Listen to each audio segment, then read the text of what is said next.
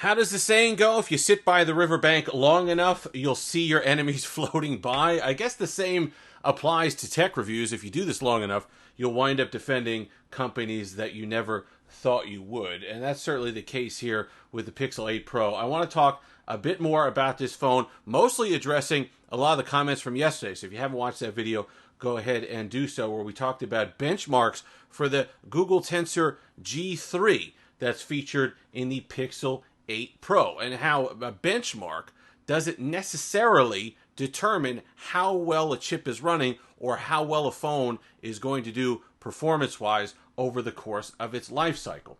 And if you want to, it gets a little disingenuous when we talk, especially on the Android side, about benchmarks, because it's very convenient when Google comes into a spot that's a little bit below what Samsung is using on the Snapdragon side. So everyone can point to say, whoa, look at this. The Samsung's over blah, blah, blah. $1,200. Yeah, I could get the same. How are they charging something that's for like a 2-year-old processor, essentially, the G3 in the Pixel 8 Pro? But when benchmarks get ignored is when you talk about the first, or you talk about 2 out of the top 3 chips on that list. The A17 and the A16. So if it's really about benchmarks, if it's really about that raw power that everybody yesterday in the comment section, or I should say everybody, the criticisms and kind of the most vocal people in the comment section yesterday, if it's really about that, and it's raw power, and everything else is nonsense or a ripoff, well, then you should be buying an iPhone, right? But why don't you do that? Well, because you like Android. You like the idea of customization. You perhaps like the way that Samsung optimizes One UI on the S23 Ultra. And guess what? I do too. That's why I have one. That's why I loved it. That's why I gave it such a positive review. Same thing. You should look at the Pixel 8 Pro and say, you know what?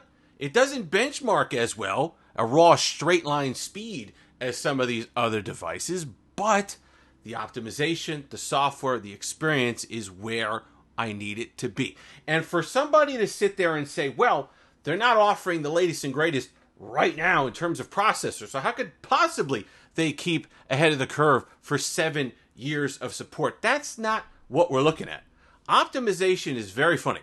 To sit there and say that Google's giving us a 2-year-old processor just because it benchmarks somewhere around a Snapdragon 8 Gen 1 is disingenuous. It doesn't take into account all the customizations that Google has made to Tensor. It doesn't take into account the extra cloud capabilities that this phone has when we're talking about processing off the device. A lot more processing is happening off the device. So when people are talking about, oh, it's slow at this, I wish the photo stuff would, a lot of that's not happening on here. Some of it is. Tensor exclusives, stuff like that, feature-wise, will happen on the device. A lot more of it does, and some it gets done well.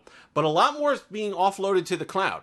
So be careful when we talk about how much can it possibly be optimized and how well it can run into the future, because this phone and a lot of other phones are now going to be start using cloud computing to help offload some of that. So that's something to consider. If you wanted to counter my video from yesterday, the best way to do so would be to say, you know what? Yes, 7 years of support.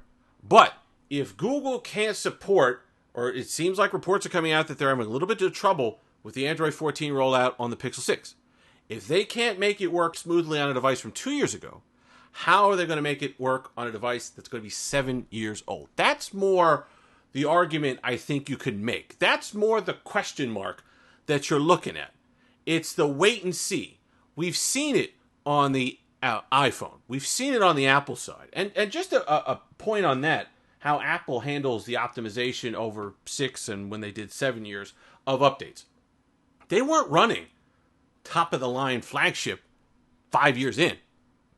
If you pulled out an iPhone 10 a year ago or so, when it was still supported, and started doing some of the heavier tasking stuff, you'd have slowdowns, you'd have lag, you'd have stutters. So this idea that you could only keep a phone optimized if it's running at the peak of the peak of the peak and it's super fast, it has nothing to do with it. It's keeping it serviceable. At year 4 and year 5, The expectation should be that this is a secure device, that the Play Store is supported, that you're able to download the latest and greatest apps, that you're able to scroll the internet, that you're able to use your Instagram, that you're able to use your Twitter and WhatsApp and send messages and be able to do so without it being a crashing mess. That's the expectation. You know, it's a sliding scale. At year 1, 2, 3, yes, we want it to be able to do things snappy and have a great performance and be able to run the top games at X frames and to be able to handle this software and more robust programs and all the rest of it. Yes, but at 4, 5, 6, that goes down. The expectation has to meet reality at that point. And the only software we've seen and the only devices that we've seen supported for that length of time on the Apple side met that standard. The iPhone 8, you can still use it. Are you going to blow people out of the water with it? Are you going to smack people around in terms of speed with it? Is it going to be a gaming demon? No. But you could still do 90% of what you need to do on a smartphone on a daily basis, and it's still supported. That's the standard. So while I understand people's frustrations to look at a list and see a phone that they just paid $1,000 for, in the case of the 8 Pro, and see your processor on this kind of arbitrary list, Antutu is Geekbench, what difference? Which one? Because some rank higher, some rank lower. If it's that case, then the 815 Bionic comes in ahead of some of the processors still being sold today on new Android devices.